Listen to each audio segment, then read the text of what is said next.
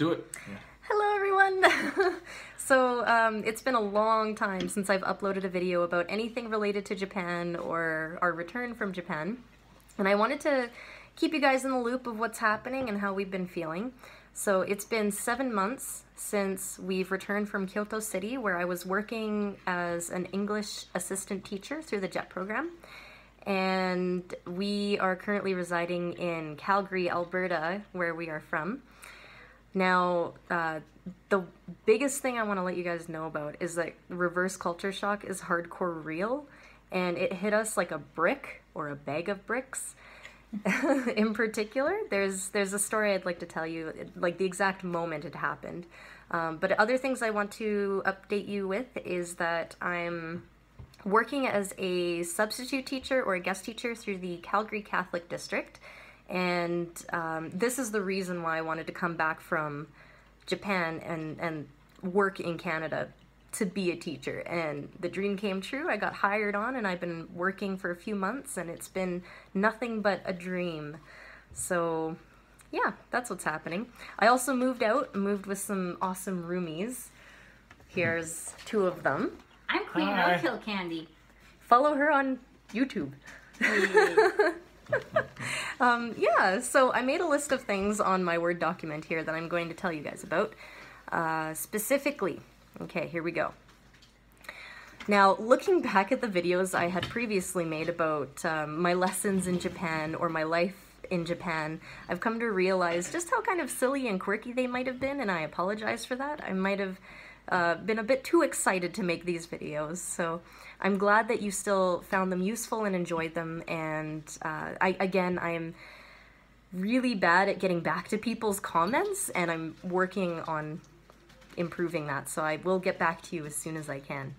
Now, looking here, okay, this is how my life has changed and how my wife, her life has changed, and how we feel since we've come back from Japan. First of all, we're eating healthier, way more healthier. We have way more patience. I realize what really matters in life, and I'll expand on that shortly. I bring up a lot of stories from Japan to justify my own beliefs, but also to enhance lessons that I have with students here in Canada.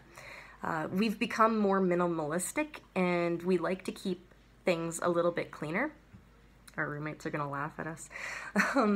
Yeah, so those are like the main points of how things have changed. Now, going into specific things. Severe culture shock. This happened when we went to a mall. We were at a food court. I was ordering food. The lady at the cashier here in Calgary in Canada was very aggressive. She was like, okay, next, what do you want? Okay, it's this much, right? She was being very aggressive with the customers. And meanwhile, in Japan, it's the polar opposite, where it's the cashier who's very kind and gentle, and the customers might be a little bit more aggressive. And that, at that moment, when the lady looked at me and she's like, okay, next, what do you want? And I'm just like, oh, I'm not in Japan anymore. It happened. That's when it hit me. Now, there's a whole bunch of other things, like you realize convenience in Canada is not as strong as it is in Japan, and maybe like fast food choices are a lot more unhealthier than in Japan, and weather is a lot different than in Japan, especially in Canada. It's way colder, which means we don't go outside as often, and that affects our lifestyle. So those are the major things that that's impacted us. But okay, it's not all bad. The great thing about coming back from Japan is seeing our friends and being with our family, because we've come to realize that, again, what really matters in life is every moment you spend with your family and friends. And we don't take it as like a grain of salt anymore. We take every moment with our family and friends as this like precious thing to have, because being away from them for a year is quite some time. So that's what I meant by finally realizing what really matters in life. I'm just looking at the list here. Okay, I changed my diet, eating a lot more vegetables. Kyoto City is a vegetable city. They promote a lot of vegetables in your diet, and especially in the kyushokus, or the school lunches, there was a lot more veggies. So coming back here, I'm eating way more vegetables. And same with my wife. We're both generally feeling a lot healthier. Okay, I'm going to talk about teaching in Canada.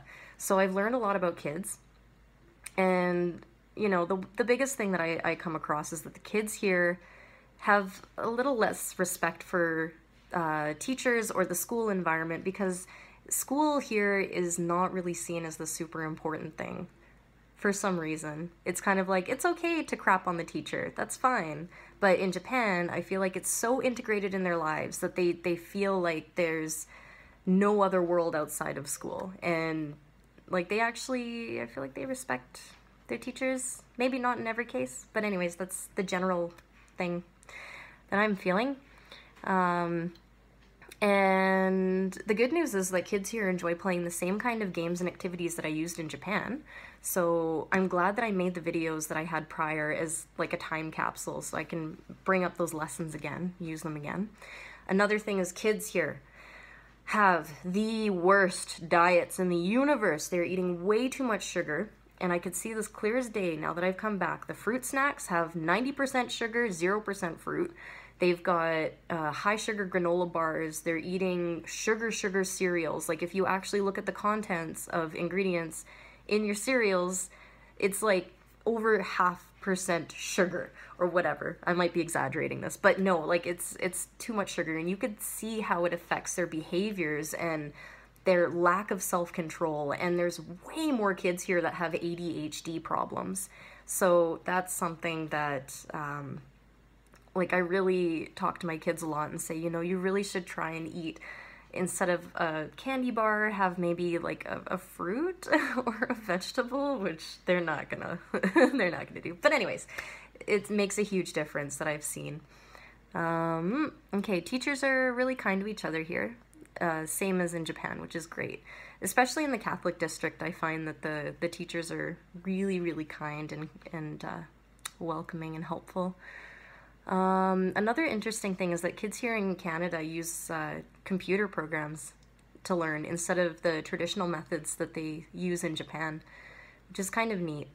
So I'll give them a tablet or a laptop, and I'll be like, okay kids, go to this website, this is what you got to do, and they'll just sit and focus on this website, which is really interesting. It's a big difference between Japan and here. So that's what's happening. I'm just looking through. Okay, the pay is great here.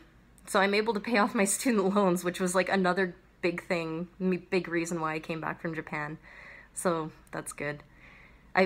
That really helps me feel like I made the right decision, because we miss Japan every day. We miss it so much. We want to go back so hardcore.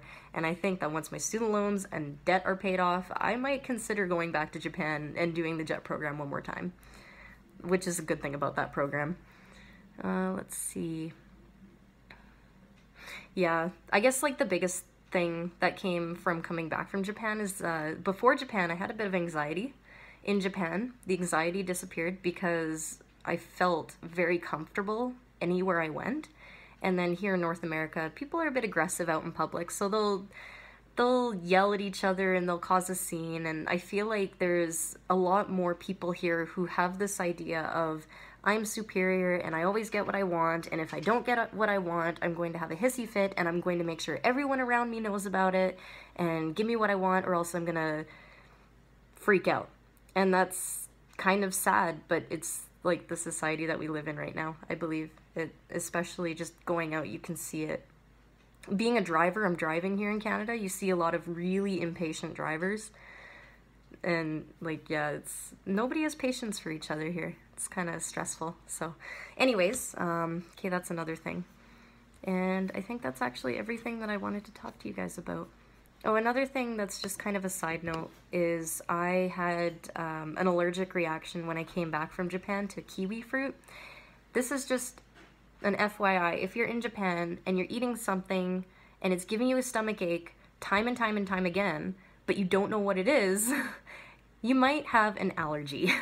So I didn't know I was allergic to kiwi, but for a month in Japan, I was eating kiwi for breakfast, and before lunch, I'd end up having this huge stomach ache. And I didn't know what the hell it was. So I came back, and then I ended up getting like a severe reaction. I went to the hospital and found out, oh, it was an allergy. So just an FYI, if you're having stomach pains, phantom stomach pains, get checked out by an allergy specialist. Anyways, yeah, those are the main things I wanted to talk to you guys about. Like, life has been great coming back here to Canada. We miss Japan. We love Canada. Life is good now that I'm working, my wife's working, we're paying off our debts and things. And again, thank you so much for watching the videos that I had made prior. And I hope to make some more in the future, and keep those questions coming. I'd love to answer them. You guys take care, and we'll talk to you again. Bye!